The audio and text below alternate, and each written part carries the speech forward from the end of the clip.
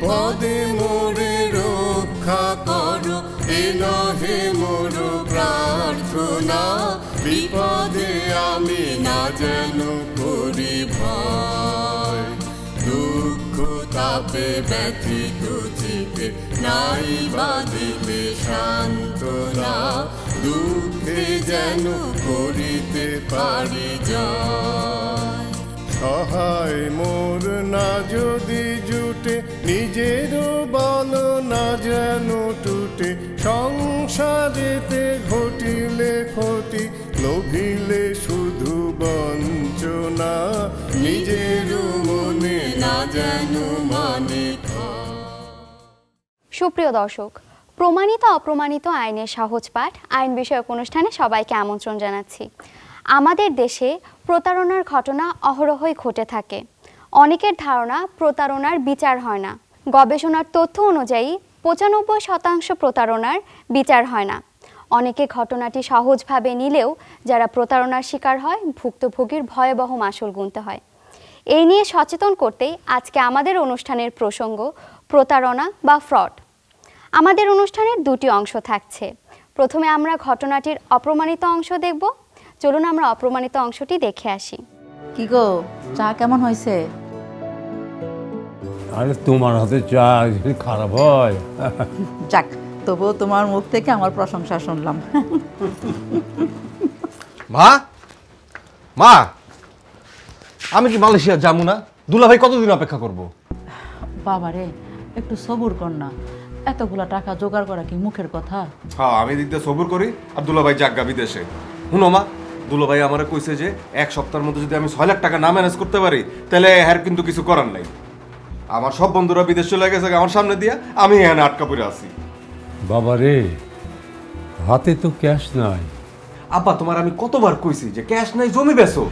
একবার বিদেশ করতে পারলে বছর কইরা 2 গুণ 3 গুণ জমি কিনতে পারবা। ও সজলের আব্বা, আমাদের উত্তরপাড়ার জমিটা বিক্রি করে 6 লাখ টাকা জোগাড় করা যায় না? এইরকম সুবর্ণ সুযোগ তো আর বারে বারে আসবো না। রফিক আমাদের নিজের মায়ের জামাই না ঠিকই, কিন্তু মা মরা রাবেয়ারে আমি ছোট্টবেলা থেকে কুলোপিটা করে মানুষ করছি। এই টাকা তো মার যাইব না। হ্যাঁ, ঠিকই বলছো। এরকম সুযোগ তো আর বারবার আসবে না।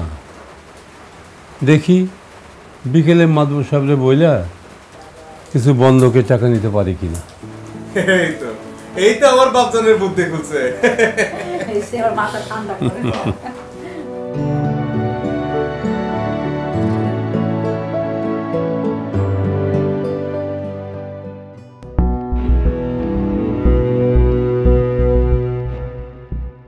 বাবা রফিক, জি খালু, অনেক কষ্ট কইরা জমি বন্ধক রেখা টাকাটা নিয়ে আইছি। তুমি আমার সজলরে সঙ্গে কইরা মালয়েশিয়ায় নিয়ে যাইও। আরে খালু, কি যে বলেন আপনি!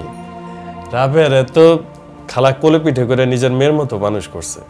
ও তো খালা খালু বলতে অজ্ঞান। সজল খুব ভালো করেই জানে যে 12 লক্ষ টাকার নিচে এই কাজ কোনোভাবেই সম্ভব না। আমি আমার ওস্তাদরে অনেক রিকোয়েস্ট করছি, অনেক অনুরোধ করার পরে তাকে রাজি করাইছি যে 6 লক্ষ টাকা এখন দিব, আর বাকি যে 6 লক্ষ টাকা এইটা মালয়েশিয়াতে গিয়া কাজ করে জমা দিলেই হবে। দুলাভাই, আপনার মতো মানুষ হয় না দুলাভাই। আপনি মানুষ না, আপনি ফেরেশতা। এই থাম, মালয়েশিয়া গিয়া তো তোর রাবেয়ার বুড়ি ভুলাই যায়। কি যে কস না রাবেয়া তুই, আল্লাহর জানি গজব পড়ে। জামাই আমার যে উপকার করছে, আমি মন থেকে তোকে দুজন অনেক দোয়া করি রে মা। বাবা রফিক, টাকাটা নাও, গুইনা নাও। খালু, আপনি টাকা দিছেন, এটা আমি গুনে নিব? কি বলেন এটা? আপনি দিছেন, আমি নিয়েছি। লাইক হয়ে না। হ্যাঁ,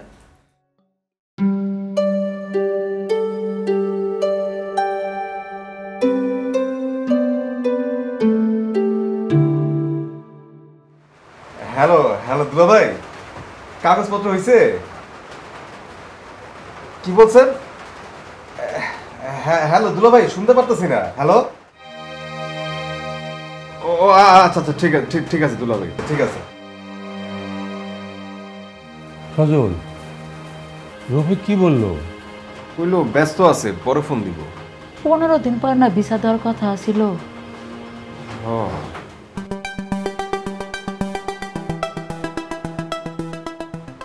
হ্যাঁ হ্যালো দুলা ভাই।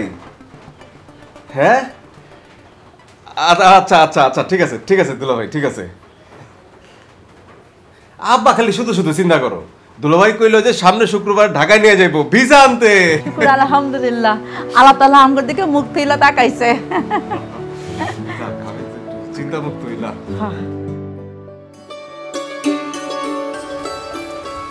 কই বুবু, দুলাভাই। বাবা রফিক, বাবা রফিক, বাবা রফিক। মা রাবেয়া, রাবেয়া কি রে কত রাত চিৎকার কিসের?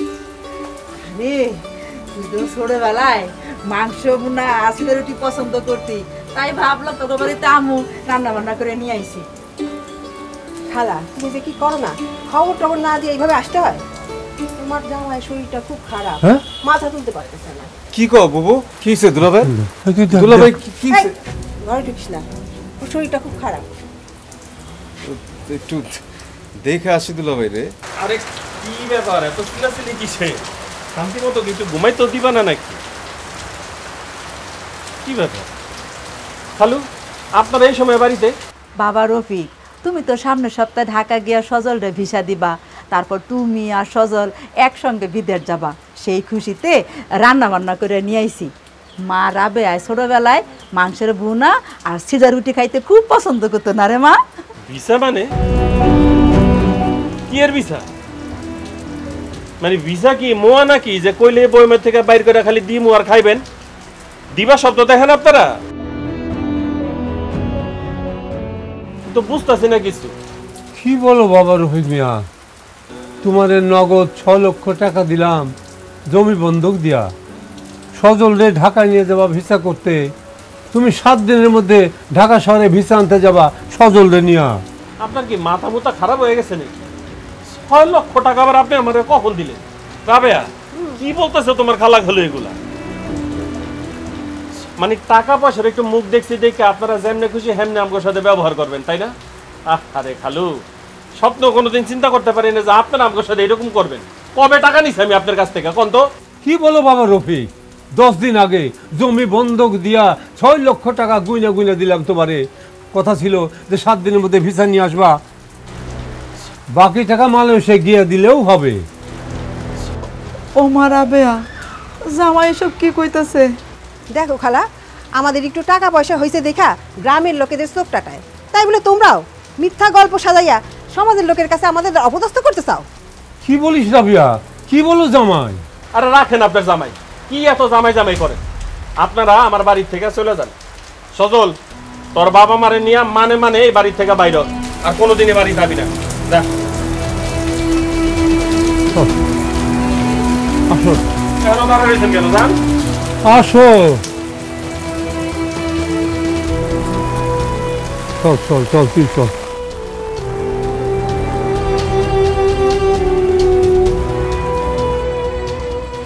ওনার একেবারে মোয়া একটা বিছা। আপনি তো সবই শুনলেন নাতবর সাহেব, আপনি বিচার করেন। আপনি তো সব জানেন যে আপনার কাছ থেকে জমি বন্ধক দিয়ে আমি 6 লক্ষ টাকা নিয়েছিলাম। তা তো আমি সবই জানি, আর এখন তোমার কাছে সবই শুনলাম। আর সেই টাকাটা কিন্তু আমি কষ্ট করে জোগাড় করে দিছি তোমার মুখের দিকে তাকায় ফিরত নিয়ে। সেই ছেলেটা তুমি বিদেশ পাঠাবা সেই কারণে, হ্যাঁ? কিন্তু যারে তুমি টাকাটা দিচ্ছ তোমারই তো জামাই, এই যে, হ্যাঁ, সে তো মুখের উপর না করে দিচ্ছে, পুরো অস্বীকার করতেছে। তখন এত করে কইলাম যে এতগুলো টাকা, 5-10 হাজার টাকা না, 1-2 লাখ টাকা না, 6 লাখ টাকা, হ্যাঁ, একটা কাগজ করো, স্ট্যাম্প করো। তুমি আর কোনো কথাই শুনলা না, এখন বুঝো? কিন্তু মাদবর সাহেব, তাই বলে ফিরোজ মিয়ার কথা তো ফেলে দেওয়া যায় না। তাছাড়া ফিরোজ মিয়া আপনার কাছে জমি বন্ধক রাইখা টাকা নিচ্ছে, এটা তো সত্য। আমি তো মিথ্যা কথা কইতেছি না। কি রফিক মিয়ার কথা কও না কেন? চুপ করে আছে কির জন্য জবাব দাও। ভালো কোনো কষ্টই তল্লাটে কোনোদিন করো না, তোমার মেলার সুখ খেতে আছে। ভালো কাজ কোনটা করছো তুমি, হ্যাঁ? আর চুপ করে থাকলেও না, কথার জবাব দাও তুমি। আরে কি উত্তর দিব আপনার মাদবর সাহেব কোন তো? হ্যাঁ, কিসের ব্যাপারে আপনার উত্তর দিব? যেই কাম আমি করি না হেডের ব্যাপারে আপনার কি উত্তর দিব? আপনাকে যা মন চায় আপনারা তাই করেন। আপনাকে এই বিচার আমি মানি না। মগের মুল্লুক পাইছে। আর তোকে যা মন চায় আপনারা করেন। এই চলো। হায় আল্লাহ, কি সর্বনাশ হয়ে গেছে। সর্বনাশে এখনো কিছু হয় নাই, কেবল শুরু। জামাই তো কেলাইতে গেছেন না সবাই মিলে। জামাই শোনা ফিরাজ মিয়া, চুপ করে বই থাকলো না। যে জামাই তোমার সম্মান রাখে নাই তার সম্মান রাখার কোনো দরকার নাই। তুমি এক কাজ করো, রফিকের বিরুদ্ধে প্রতারণার মামলা করে দাও। নাকি প্রতারণার মামলা করে দেন। আর চুপ করে বই থাকলে হবে না। কোর্ট শুরু হচ্ছে।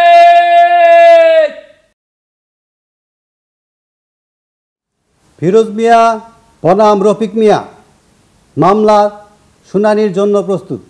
বিজ্ঞ আইনজীবী, মামলা শুরু করুন।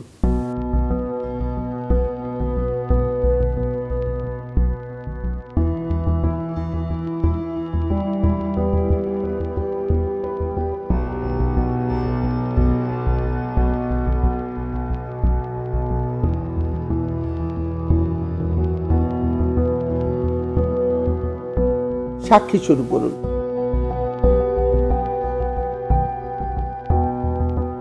সাক্ষী ফিরোজ মিয়া হাজির।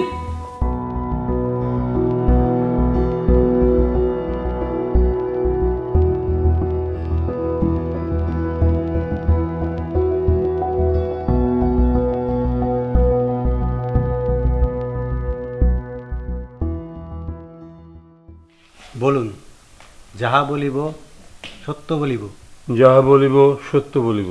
সত্য বই মিথ্যা বলিব না। সত্য বই মিথ্যা বলিব না।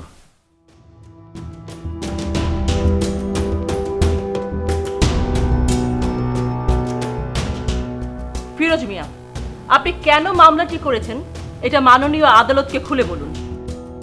হুজুর, আসামি রফিক মিয়া আমার শালিকার মেয়ের জামাই, মালয়েশিয়ায় থাকে। এখান থেকে লোকজনও নিয়ে যায়। আমার ছেলে সজল মালয়েশিয়া যাবে বলে তার সাথে কথা বলে। আমি তার কথায় বিশ্বাস করি। আমি আমার জমি বন্ধক রাখা ছেলেরে বিদেশ পাঠানোর জন্য রফিক মিয়ারে টাকা দিই। প্রকাশ থাকে, কথা হয় 7 দিনের মধ্যে সজলরে ঢাকায় নিয়ে গিয়া রফিক মিয়া ভিসা করে দেব। আরও কথা থাকে যে 1 মাসের মধ্যে তারা নিজে মালয়েশিয়া নিয়ে যাইব। 7 দিনের মধ্যেও ভিসা দিতে পারে নাই। এমনকি সে যে টাকা নিছে এইটাও অস্বীকার করে। হুজুর, সে আমার সঙ্গে প্রতারণা করছে। ওই যে আসামির কাঠগড়ায় দাঁড়ানো রফিক মিয়া। হুজুর, এই প্রতারণার আমি বিচার চাই। বিজ্ঞ আইনজীবী, জেরা শুরু করুন।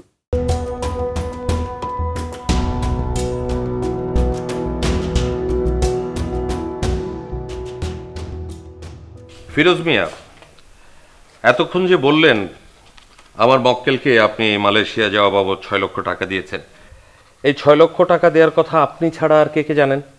আমি জানি, আমার স্ত্রী সাক্ষী জমিলা জানে, আমার পোলা সজল জানে, মাদবর সাহেব জানে, পাড়ার মুরব্বীরাও জানে। বাবা বাবা, বেশ ভালো কথা। টাকাটা আপনি কাদের সামনে দিয়েছিলেন? আর কেউ কি উপস্থিত ছিলেন? আমার স্ত্রী, আমার পোলা, মাদবর সাহেব জানে কথাটা। এই যে জমিটা আপনি বিক্রি করেছেন, মানে জমিটা নিয়ে কোনো লেখাপড়া আছে বা বন্ধক রেখেছেন, যে কোনো দলিল দস্তাবেজ, কোনো স্ট্যাম্পে সাইন হয়েছে, এরকম কোনো কাগজ আপনি দেখাতে পারবেন? না, তা পারবো না। মানে খুব তাড়াহুড়া করে ওই মাদবর সাহেবের কাছ থেকে টাকা নিয়েছিলাম, তো পরে লেখাপড়া করবো ভাবছিলাম। তা তো বটেই, তা তো বটেই। ইওর অনার, আমার বক্তব্য হচ্ছে, আমার ক্লায়েন্ট একজন সৎ কর্মজীবী ব্যক্তি, যিনি দীর্ঘদিন যাবৎ বিদেশে অবস্থান করছেন, দেশে টাকা পাঠিয়ে দেশের জন্য কাজ করছেন। তিনি প্ল্যান করেছেন দেশে এসে জনসেবা করবেন, ইলেকশনে দাঁড়াবেন। কিন্তু কিছু অসাধু ব্যক্তি আমার ক্লায়েন্টকে সামাজিকভাবে হেনস্থা করার জন্য তার নামে কুৎসা রটিয়েছে, যেন তিনি ইলেকশনে অংশগ্রহণ করতে না পারেন। আমার আর কিছু বলার নেই, মাই লর্ড।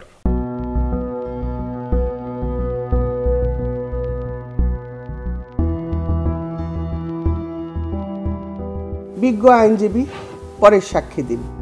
সাক্ষী ইউনুস মিয়া হাজির।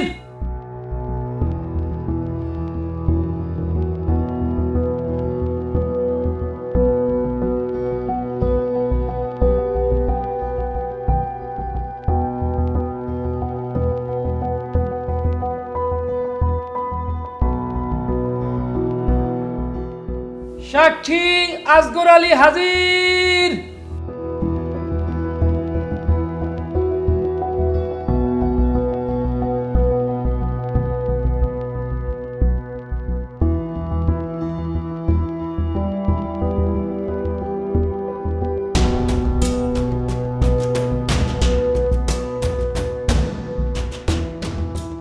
সাক্ষী হাজির রইসুদ্দিন মাতুব্বার হাজির।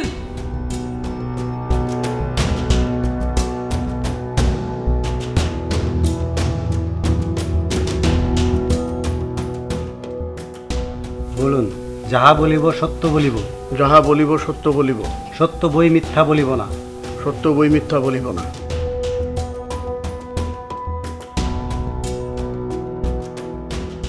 মাতব্বর সাহেব, আপনি ঘটনা সম্পর্কে কি জানেন সেটা খুলে বলুন। হুজুর, ফিরোজ মিয়া আজ থেকে 1 বছর আগে আমার কাছে এসে জানায় যে তার ছেলে মালয়েশিয়া যাচ্ছে এবং এই মালয়েশিয়া যাওয়ার ব্যাপারে তার নিকটতম আত্মীয় মানে শালির মেয়ের জামাই সব বন্দোবস্ত করে দেবে, মানে ভিসা ব্যবস্থা করে দেবে এবং তার জন্য তাকে নগদ 6 লক্ষ টাকা দেওয়া লাগবে এবং মালয়েশিয়া যাওয়ার পর বাকি টাকা পরিশোধ করলেই চলবে। উপায়ন্ত না দেখে ফিরোজ মিয়া আমার কাছে তার উত্তরপাড়ার জমি 6 লক্ষ টাকায় বন্ধক রাখে এবং সেই 6 লক্ষ টাকা আমার কাছ থেকে নিয়ে ওই তার শালির যে মেয়ের জামাই রফিক তাকে প্রদান করে। বিজ্ঞ আইনজীবী, জেরা শুরু করুন।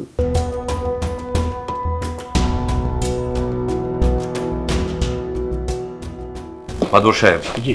বাহ, খুব ভালো। এরকম পরোপকারী মাতবর থাকলে তো দেশে আর কোনো সমস্যাই থাকবার কথা না, ইওর অনার। এই যে বললেন যে ফিরোজ মিয়া জমি বন্ধক রেখে আমার ক্লায়েন্টকে 6 লক্ষ টাকা দিয়েছেন, তার কোনো লেখাপড়া আছে, মানে কোনো দলিল দস্তাবেজ, নাকি মুখের কথাই সব? না, মুখের কথাই, মানে তাড়াহুড়ার মধ্যে মানে লেখাপড়া বা ওই স্ট্যাম্পটা করা হয়ে ওঠে নাই। বাহ বাহ বাহ বাহ, এই তো মাতবরের মতো কথা। ইওর অনার, এ ব্যাপারে আমার আর কিছু বলার নেই।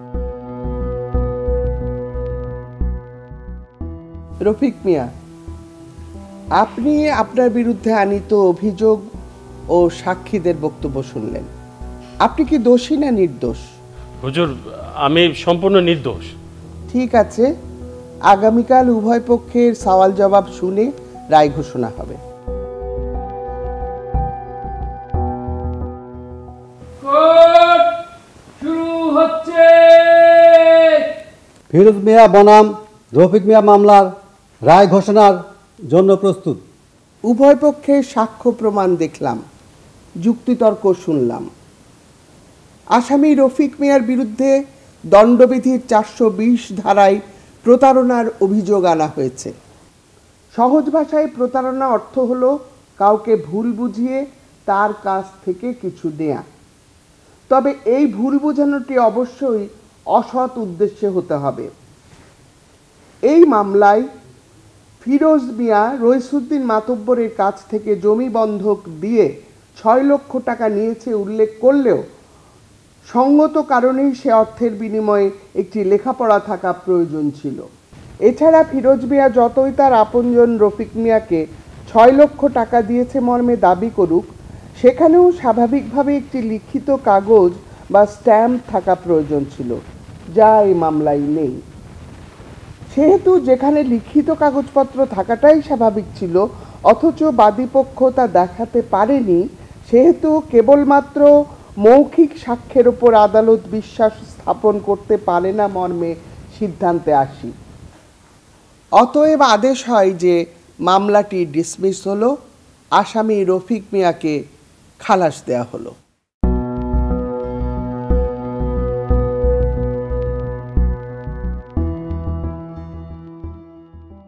দর্শক, এবার আমরা ঘটনাটির প্রমাণিত অংশ দেখব এবং প্রমাণিত অংশটি দেখার পর আমরা চলে যাব এর প্রাসঙ্গিক আলোচনায়।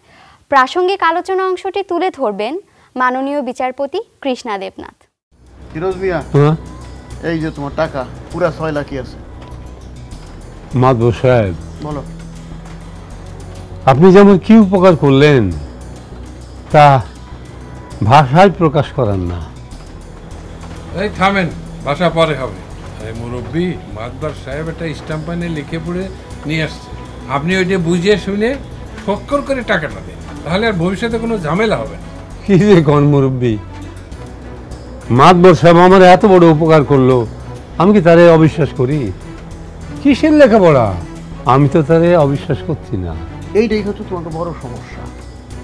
আমারে তুমি অবিশ্বাস করো না, বিশ্বাস করো, কিন্তু আমি তো তোমার বিশ্বাস করি না। আরে বিশ্বাস কি বর্তমান আছে নাকি? হ্যাঁ, ভাই বোনেরা বিশ্বাস করে না, বোন ভাইরা বিশ্বাস করে না, ছেলে বাপের বিশ্বাস করে না, বাপের ছেলেরা বিশ্বাস করে না। আমি তোমার বিশ্বাস করি ফিরোজ মিয়া, বুঝলা? হায়াত মতো বলে একটা কথা আছে না, 6 লক্ষ টাকা নিতেছ, হ্যাঁ, লেখা দোকা থাকলে জিনিসটা ভালো হয় না, ঝামেলা মুক্ত হয় না। ঠিক বলছো, ঠিক বলছো।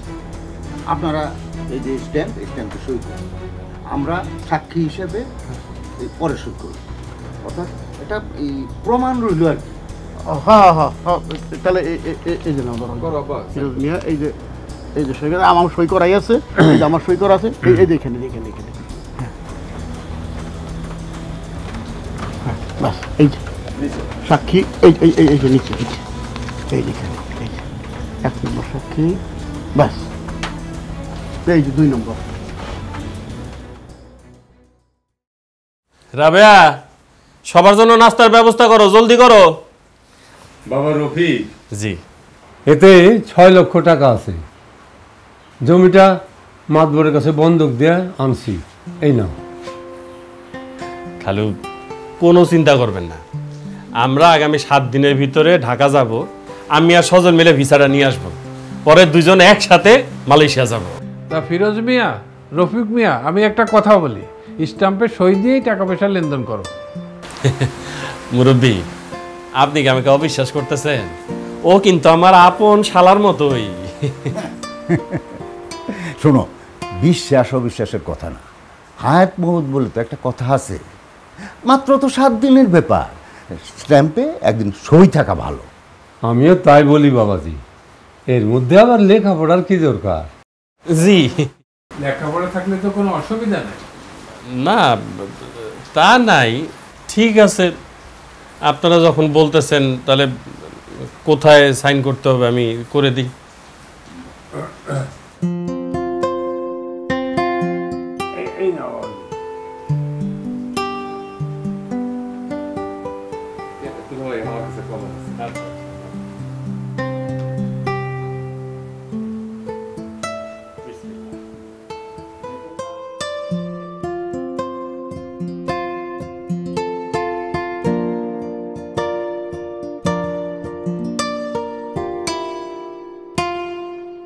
মাধব সাহেব, আপনার তো জানা নাই যে আমার জমি বন্ধক রেখে 6 লক্ষ আপনার কাছ থেকে টাকা নিয়ে ওই রফিক মেরে দিছি আমার পোলারে মালয়েশিয়া পাঠাবো। এখন সে টাকা নিয়েনি, অস্বীকার করতেছে। কি ব্যাপার রফিক মিয়া, একেবারে চোখ উল্টাই দিছ, হ্যাঁ? কথা বলতেছো না কেন? কি কমো মাতবর সাহেব, আপনি কোন তো 6 লাখ টাকায় মালয়েশিয়াতে কে নিয়ে যাইতে পারে? এটা কোনো কথা? এটা বিশ্বাস করার মতো কোনো কথা? আমি সজল অথবা সজলের পরিবারের কাছ থেকে সজলরে মালয়েশিয়া নিয়ে যাওয়ার ব্যাপারে কোনো ধরনের কোনো আর্থিক লেনদেন করি নাই। উল্টা তারা এখন আমারে হয়রানি করতেছে যে আমি নাকি তাদের কাছ থেকে টাকা নিছি। আমি কিন্তু তাদের নামে মানহানির মামলা করে দিব। মগের মূল্য পাইছেন আপনারা না? কি চলো মাধব সাহেব, মাধব সাহেব, সে তো মামলার হুমকি দিয়ে গেল। তাই তো দেখতেছি। হায় আল্লাহ, টাকা দিছি, এখন আবার মামলাও খামু। আরে শুনুন, দুনিয়াটা অত সহজ না। স্ট্যাম্পে স্বাক্ষর করে সে টাকা নিয়ে আসে, এত বড় প্রতারণা করে সে পার পাবে না। তাছাড়া দেশে আইন কানুন বলে কিছু নাই নাকি? মাধব সাহেব, আমার তো সহ্য হইতেছে না, আমি এখন কি করুম? কিছুই করা লাগবে না, আপাতত মাথাটা ঠান্ডা রাখতে হবে, মাথা গরম করলে চলবো না। হ্যাঁ, আমরা তো এই সবে সাক্ষী আছি, এই সবাই সাক্ষী আছি না?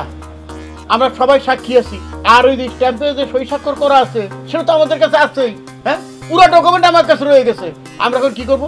উকিলের কাছে যাবো। উকিলের কাছে গেলে ব্যবস্থা একটা হবেই, দরকার আমরা মামলা করে দেবো। উল্টা মামলা? উল্টা মামলা। আচ্ছা ঠিক আছে। কোর্ট শুরু হচ্ছে।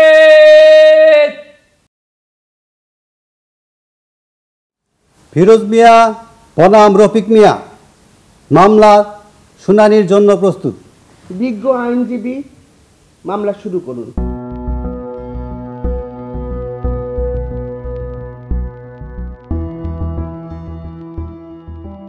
ইওর অনার, এই আসামি একজন প্রতারক। অবজেকশন ইওর অনার, বিচারের পূর্বে উনি আমার ক্লায়েন্টকে প্রতারক বলতে পারেন না। বিজ্ঞ আইনজীবী, আপনি আদালতের ভাষায় কথা বলুন। I beg your pardon your honour. আসামির স্ত্রী বাদীর স্ত্রীর বোনের মেয়ে, মানে আসামি রফিক বাদীর পুত্র সজলের দুলাভাই। এই দুলাভাই হওয়ার সুযোগে সে সজলকে মালয়েশিয়া নিয়ে যাওয়ার জন্য প্রলোভন দেখায় এবং তাকে বলে যে 7 দিনের মধ্যে তাকে মালয়েশিয়া নিয়ে যাবে এবং ভিসা জোগাড় করে দিবে। এর জন্য সে সজলের কাছ থেকে 6 লক্ষ টাকা নেয়। বর্তমানে সে সজলকে মালয়েশিয়া পাঠানো তো দূরের কথা, 6 লক্ষ টাকা যে সে নিয়েছে সেটাও সে অস্বীকার করছে। যদিও আমরা এই লেনদেনের কাগজ দাখিল করেছি, গত ধার্য তারিখ মীমাংসার জন্য ধার্য থাকলেও আসামি মীমাংসার কথা বলে জামিন নেয়, কিন্তু মীমাংসা সে করেনি। আমরা আসামির দৃষ্টান্তমূলক শাস্তি চাচ্ছি। সাক্ষী উপস্থাপন করুন। সাক্ষী ফিরোজ মিয়া হাজির।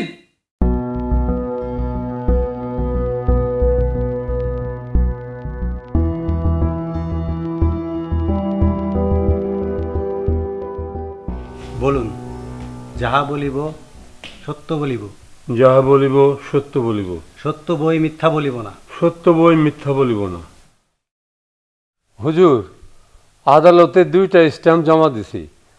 একটা স্ট্যাম্প দিয়া আমি জমি বন্ধক রেখা 6 লক্ষ টাকা নিছি মাতবরের কাছ থেকে, আর একটা স্ট্যাম্প দিয়া আমি রফিকরে টাকা দিছি 6 লক্ষ আমার পুরা মালয়েশিয়া যাওয়ার খরচের জন্য।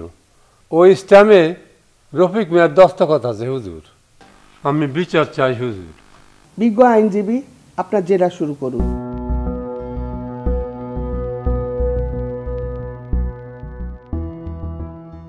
কেমন আছেন? ভালো।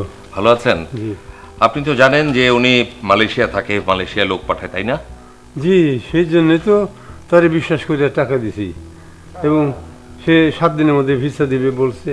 আবার আমার পোলারে সে মালয়েশিয়া নিজে নিয়ে যাবে। থামুন, এসব অসত্য কথা আদালতের সামনে বলবেন না। রফিক নিয়ে মালয়েশিয়া থাকে, মালয়েশিয়ার লোক পাঠায়, সে কথা ঠিকই, কিন্তু আপনারা চেয়েছেন আপনাদের ছেলেকে রফিক নিয়ে যেন মালয়েশিয়া নিয়ে যায় এবং তাকে ব্ল্যাকমেইল করার চেষ্টা করেছেন। কি মে? That's all your honour. সাক্ষী রইসুদ্দিন মাতুব্বার হাজির।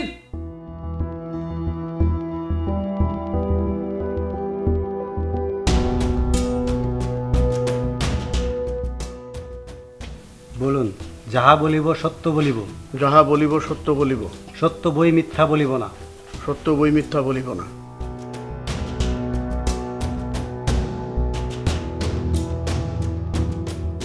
মাতব্বর সাহেব, জি, আপনি যা জানেন আদালতের সামনে খুলে বলুন। হুজুর, ফিরোজ মিয়া একদিন আমার বাড়িতে এসে জানায় যে তার ছেলে সজল মালয়েশিয়া যাইতেছে আর তাকে নিয়ে যাইতেছে রফিক মিয়া। রফিক মিয়া বিচার বন্দোবস্ত করে দেবে, সেই বাবদ রফিক মিয়াকে নগদ 6 লক্ষ টাকা দিতে হবে। আর উল্লেখ থাকে হুজুর এখানে যে রফিক মিয়া সজলের দুলাভাই। তখন ফিরোজ মিয়া আমার কাছ থেকে তার জমি বন্ধক দিয়ে 6 লক্ষ টাকা নেয়। 6 লক্ষ টাকা নিয়ে রফিক মিয়াকে দেয়, কিন্তু রফিক মিয়া মালয়েশিয়া নিয়ে এত দূরের কথা, 6 লক্ষ টাকা দিয়ে তখন নিছে ফিরোজ মিয়ার কাছ থেকে, সেই টাকার কথাই সে অস্বীকার করতেছে। তবে হুজুর, আমি যে 6 লক্ষ টাকা দিছি আমার সে কাগজপত্র করা আছে, মানে স্ট্যাম্পের পরে লিখিত আছে, সেখানে আমার দস্তখত আছে, ফিরোজ মিয়ার দস্তখত আছে, আর আসামি রফিক মিয়ারও দস্তখত আছে। আমি সেটা উকিল সাহেবের কাছে হস্তান্তর করছি। বিজ্ঞ আইনজীবী, জেরা করুন।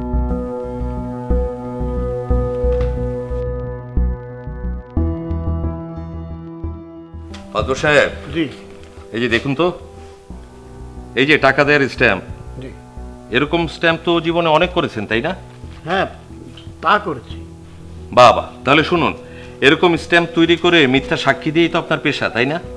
হ্যাঁ, আপনি আদালতের সামনে সম্পূর্ণ মিথ্যা সাক্ষী দিয়েছেন। জি না, আমি আদালতের সামনে যা বলেছি সত্যই বলেছি, কোনো মিথ্যা সাক্ষী আমি দেইনি মহামান্য আদালত। That's all your honour. সাক্ষী ইউনুস মিয়া হাজির।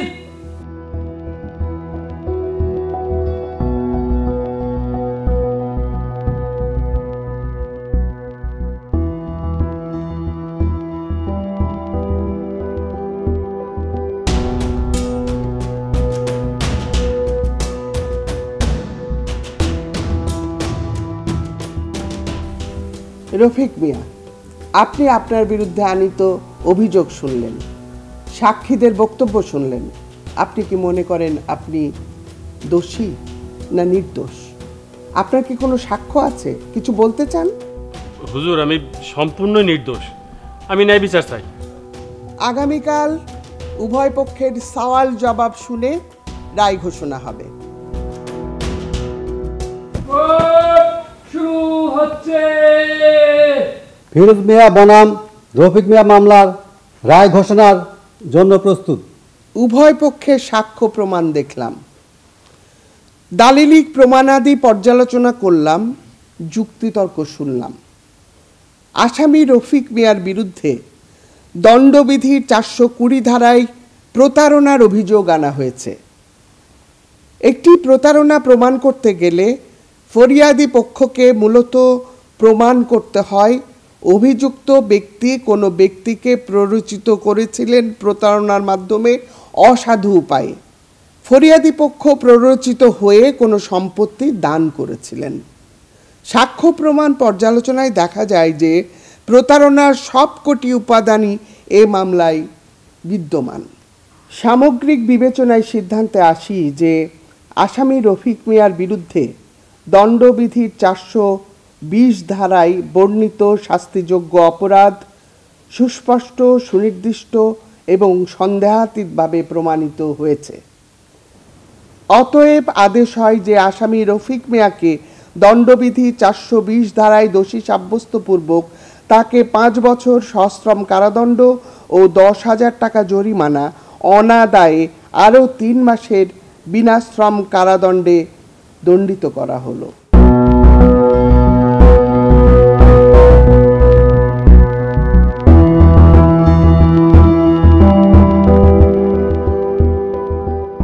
সুপ্রিয় দর্শক, প্রমাণিত অপ্রমাণিত আইনের সহজপাঠ অনুষ্ঠানে আপনাদেরকে স্বাগতম। আজকে আমাদের অনুষ্ঠানে আমরা আলোচক হিসেবে পেয়েছি বাংলাদেশ সুপ্রিম কোর্টের আপিল বিভাগের সাবেক বিচারপতি জিনাতারাকে। জিনাতারা, আপনাকে অনেক ধন্যবাদ, আপনাকে আমরা আবার পেয়েছি। আজকের আমাদের বিষয় হলো প্রতারণা। আপনি নাটকটি দেখলেন, আপনি আপনার কি মত? প্রতারণা হলে কখন মামলা করা উচিত, কখন করা উচিত না এবং কি কি করা উচিত সেটা তাদের কাছে এমনি একটা নির্দেশনা হিসাবে থাকবে। তারপরে আবার যদি আমরা আলোচনা করি এখানে সহজ পাঠ হিসাবে ব্যাপারটি তাদের কাছে আরও সহজ হবে বলে আমার ধারণা। যে নাটকটি দেখিয়েছি সেখানে আমরা এই বার্তাটি মোটামুটিভাবে পৌঁছে দিতে পেরেছি। ধন্যবাদ। আমরা কিছু প্রশ্ন জোগাড় করেছি। আমরা আমাদের সাথে আমরা জয়ীকে নিয়েছি আমাদের সহযোগী হিসেবে। ও কিছু সার্ভে করে এবং সার্ভে করে কিছু প্রশ্ন জোগাড় করে। জয়ী, তুমি আমাদেরকে একটু প্রশ্ন করবে? সুপ্রিয় দর্শক, আপনাদের কিছু প্রশ্ন আমরা হাতে পেয়েছি এবং সেই প্রশ্নগুলো আমি আপনাদের সামনে উপস্থাপন করছি। প্রতারণা নিয়ে প্রথম যে প্রশ্নটি আছে, প্রতারণা কি, মানে আইনের চোখে প্রতারণা কোনটি? কোনো ব্যক্তি আর একজন ব্যক্তিকে ছলনা করলো বা মিথ্যা একটা ভান করলো, ভান করে অসাধুভাবে বা প্রবঞ্চনামূলকভাবে সেই ব্যক্তিকে এমনভাবে প্ররোচিত করলো যে সে যেন কোনো সম্পত্তি যদি রেখে দেয় বা কোনো সম্পত্তি রেখে দিতে সম্মতি আদায় করে, যেটা হচ্ছে প্ররোচনার মাধ্যমে করেছে। আর প্ররোচনা যদি না করতো, ছলনা যদি না করতো, তাহলে হয়তো সে কাজ করতো না। সে ধরনের ক্ষেত্রে এটাকে প্রতারণা বলা হয়। তাছাড়াও ধরেন একজন ব্যক্তি একটা কাজ হয়তো করতো অথবা করতো না, আপনি তাকে এমনভাবে প্ররোচিত করলেন যাতে সে কাজটা করে অথবা না করে, কিন্তু সে কাজটা করা অথবা না করা নিজে ইচ্ছাই করতো না। আপনি প্ররোচনার ফলে এই কাজটা করেছে এবং কাজটা করার ফলে সে দৈহিক, মানসিক বা কোনো সম্পত্তিগতভাবে ক্ষতিগ্রস্ত হয়েছে। যে এই নাটকে আমরা যেটা দেখিয়েছি সেখানে এই যে ছেলেটিকে প্ররোচিত করলো যে তুমি আমার সাথে যাবে বিদেশে, আমি তোমাকে নিয়ে যাব, এবং সে কিন্তু তাদের একটা সম্পর্ক আছে, দুলাভাই শালা এরকম একটা সম্পর্ক, এবং এই ধরনের তাতে হয় কি তাদেরকে মানে তাদের প্ররোচিত করার সুযোগ থাকে প্লাস প্রতারণা করাও সহজ হয় এবং আমাদের এই নাটকে কিন্তু এই জিনিসটি দেখার, এবং আমার মনে হয় যে গ্রাম বাংলায় এই জিনিসগুলো কিন্তু খুব হয়, তাই না? হ্যাঁ, গ্রাম বাংলায় সাধারণত মানুষজন খুব নিজেদের লোকদেরকে বিশ্বাস করে এবং এই সরল বিশ্বাসের সুযোগেই মানুষকে প্রতারণা করার সুযোগটা অনেক বেড়ে যায়। আমরা আশা করি দর্শকরা আপনারা প্রতারিত শব্দটি বা প্রতারণা শব্দটির অর্থটা সাধারণভাবে বুঝতে পেরেছেন। আমরা এবার দ্বিতীয় প্রশ্নে চলে যাই। জয়ী, তুমি আমাদেরকে দ্বিতীয় প্রশ্নটি একটু বলো। আসামি আমাকে প্রতারিত টাকার মধ্যে 1 লক্ষ টাকা ফেরত দিয়েছে, আমি কি বাকি টাকার জন্য প্রতারণার মামলা করতে পারবো? আপনি যখন টাকাটা একজনকে দিলেন, দুটা ক্ষেত্রে হতে পারে। একটা, সেই ব্যক্তিটা টাকা যখন নিল তখন তার আদৌ ফেরত দেওয়ার ইচ্ছা ছিল না, আপনাকে অসৎ উদ্দেশ্যে ছলনা করে টাকাটা নিয়েছে, এবং পরবর্তীতে দেখা গেল সে কিন্তু স্বেচ্ছায় টাকাটা যে ফেরত দিয়েছে তা না, সে প্রতারিত টাকাটা বাধ্য হয়ে কোনোভাবে দিতে বাধ্য হয়েছে। সেই যদি এরকম ক্ষেত্র হয় সেক্ষেত্রে আপনি প্রতারণার জন্য বাকি টাকা যে করেছে দেয়নি সেজন্য প্রতারণার মামলা করতে পারবেন। কিন্তু ঘটনাটা যদি এমন হয় যে কোনো লোক আপনার কাছ থেকে টাকা নিল, প্রথমে যখন টাকাটা সে নিয়েছিল ধার হিসাবে নিয়েছিল, তার ইচ্ছা ছিল টাকাটা ফেরত দেবে, কিন্তু কোনো একটা কারণে, যুক্তিসঙ্গত কারণে হয়তো সে 2-1টা ইনস্টলমেন্ট দিয়েছে বা একটা দিয়েছে, কিন্তু বাকিটা দিতে সে পারেনি বা দিতে অপরাগ হয়েছে। এই ধরনের ক্ষেত্রে যদি হয় তাহলে আপনাকে অর্থ আদায়ের জন্য দেওয়ানি আদালতে মামলা করতে হবে। প্রতারণা হবে তখনই যখন অসৎ উদ্দেশ্য থাকবে, আর যখন কিনা একটা আমি ধার নিচ্ছি টাকা কোনো একটা কিছু বিষয়ে ধার নিচ্ছি, সেখানে আমার উদ্দেশ্যটা অসৎ থাকবে না এবং তখন আমাদের সিভিল নেচার হবে, অথচ টাকাটা দিল না, এরকম যদি একটা অবস্থা হয় তাহলে সেটা সিভিল নেচার হবে। যদি প্রতারণার উদ্দেশ্য থাকে, তুমি 1 লক্ষ টাকা ফেরত দিলেও তোমার উদ্দেশ্যটা থেকে গেছে, তাহলে তোমাকে প্রতারণায় যেতে হবে, কিন্তু উদ্দেশ্যটা ফেরত দেওয়ার উদ্দেশ্যই আছে, তখন তারা সিভিল মামলা করবে, তাই তো? হ্যাঁ, তাই। আমরা এখন তৃতীয় প্রশ্নে যাই। আসামি ফোনে আমার থেকে টাকা নিয়েছে বলে স্বীকার করেছে, এই ফোনের রেকর্ড কি আমি আদালতে প্রমাণ হিসেবে দাখিল করতে পারবো? ফোনের রেকর্ড যদি আপনার কাছে থাকে বা আপনি যদি ফোনের রেকর্ড আপনি রেকর্ড করে রেখে দেন, তাহলে কোনো মামলায় প্রমাণের জন্য এভিডেন্স হিসাবে এটা আপনি আদালতে দাখিল করতে পারবেন। কিন্তু আদালতে দাখিল করলে তার পরবর্তীতে আদালত এটা যথোপযুক্ত কর্তৃপক্ষের কাছ থেকে এই যে আপনি ফোনের রেকর্ডটা দিলেন সেটা সঠিক কিনা সেটা যাচাই করে দেখে নেবে এবং অন্যান্য সাক্ষী প্রমাণ নিয়েই তারপর মামলাটার ব্যাপারে সিদ্ধান্ত নেবে। আমার বিরুদ্ধে প্রতারণার মামলা করে আমার মান সম্মান নষ্ট করা হয়েছে, আমার এই ক্ষেত্রে প্রতিকার কি? প্রতিকার আছে দুইভাবে। একটা আছে আপনার প্রতিকার যে আপনার বিরুদ্ধে যে মিথ্যা মামলাটা করলো সেই মামলাটার জন্য আপনি মানহানির মামলা করতে পারেন তার বিরুদ্ধে, যে আপনার সম্মানহানি করেছে একটা মিথ্যা মামলা করে, সেই জন্য আপনি মানহানির একটা মামলা করলেন। তাছাড়া আরেকটা ব্যাপার আছে, সেটা ম্যাজিস্ট্রেট উনি যদি কোনো মামলা এজাহার হয় বা মামলা হয়, তখন উনি যদি দেখেন যে আসলে প্রমাণ হলো যে মামলাটা মিথ্যা, তখন কিন্তু উনি নিজেই ক্ষতিপূরণ দিতে পারেন সেই মামলায়। এটা হলো দ্বিতীয়টা হচ্ছে ফৌজদারি মামলার ক্ষেত্রে ম্যাজিস্ট্রেট দিচ্ছেন, আর প্রথমটা মানহানির মামলা। এছাড়াও আপনি দণ্ডবিধি আইনে আপনার মিথ্যা মামলা দায়ের করার জন্যে আপনি পৃথক একটি ধারা আছে, সেই ধারার অধীনে একটা ফৌজদারি মামলা দায়ের করতে পারেন। যদি ওই মামলার রায়ে লেখা থাকে, জাজমেন্টে লেখা থাকে যে মিথ্যা মামলা করেছে, তাই তো? তখন সেই মিথ্যা মামলা হয়েছে সেটার জন্য সেটা ম্যাজিস্ট্রেট সমটো দিবে। সেটাই। কিন্তু মিথ্যা মামলা করলে মামলার যখন খারাজ হলো বা কোনো অবজারভেশনে সঠিক না বলা থাকে, যদি ম্যাজিস্ট্রেট যদি অ্যাকশন নাও নেয়, তাহলে আপনি পৃথক একটা দণ্ডবিধি আইনে আপনি 250, এটা ধারাটা হচ্ছে 250, সেটার অধীনে আর একটা নতুনভাবে এজাহার দাখিল করুন। আমরা শেষ প্রশ্নে চলে যাই। জয়ী, আদালতে মামলা করার পর আসামি আমাকে মেরে ফেলার হুমকি দিচ্ছে। আমি কি নতুন মামলা করব নাকি একই মামলায় খুনের হুমকি দেওয়ার ধারা যোগ করব? মামলা করার পরে যদি আপনাকে পরবর্তীতে একটা হুমকি দেয়, সেটা একটা পৃথক ঘটনা এবং পৃথক একটা অভিযোগ। প্রথম মামলায় খুনের যে হুমকি দিচ্ছে সেই ধারা যোগ করার কোনো সুযোগ নাই। আপনাকে পৃথকভাবে একটা এজাহার বা মামলা অর্থাৎ মামলা দায়ের করতে হবে এই জন্যে খুনের হুমকি দেওয়ার জন্য। পূর্বের মামলায় এই ধারা যোগ করা যাবে না। দর্শকরা আমাদের সাথে কিভাবে যোগাযোগ করবে সেই ঠিকানাগুলো একটু বলে দাও। সুপ্রিয় দর্শক, আইন বিষয়ক সকল ধরনের প্রশ্ন করতে আপনারা আমাদের ফেসবুক অফিসিয়াল পেজটি ভিজিট করতে পারেন। ফেসবুক অফিসিয়াল পেজের ঠিকানাটি হলো www.facebook.com/btv.gov.bt। আপনারা আমাদের ইউটিউব চ্যানেলটিও ভিজিট করতে পারেন, সেটি হচ্ছে www.youtube.com/@bangladesh-television-bd। সুপ্রিয় দর্শক শ্রোতা, আমাদের অনুষ্ঠানটি একেবারে শেষ পর্যায়ে। আপনাকে অনেক ধন্যবাদ, আপনি আমাদের মাঝে এসেছেন এবং আলোচনা করলেন। আমরা উপকৃত হলাম এবং আমার মনে হয় দর্শকরা বেশি উপকৃত হয়েছে। আপনাকে অনেক ধন্যবাদ এখানে আমন্ত্রণ জানার জন্য। সুপ্রিয় দর্শক শ্রোতা, এরপর আপনাদের সাথে আবার দেখা হবে অন্য কোনো বিষয় নিয়ে। আজ এই পর্যন্ত, ধন্যবাদ। বিপদে মোরে রক্ষা করো, এ নহে মোর প্রার্থনা। বিপদে আমি না যেন করি ভয়, দুঃখ তাপে ব্যথিত চিতে নাই বাদিলে সান্ত্বনা।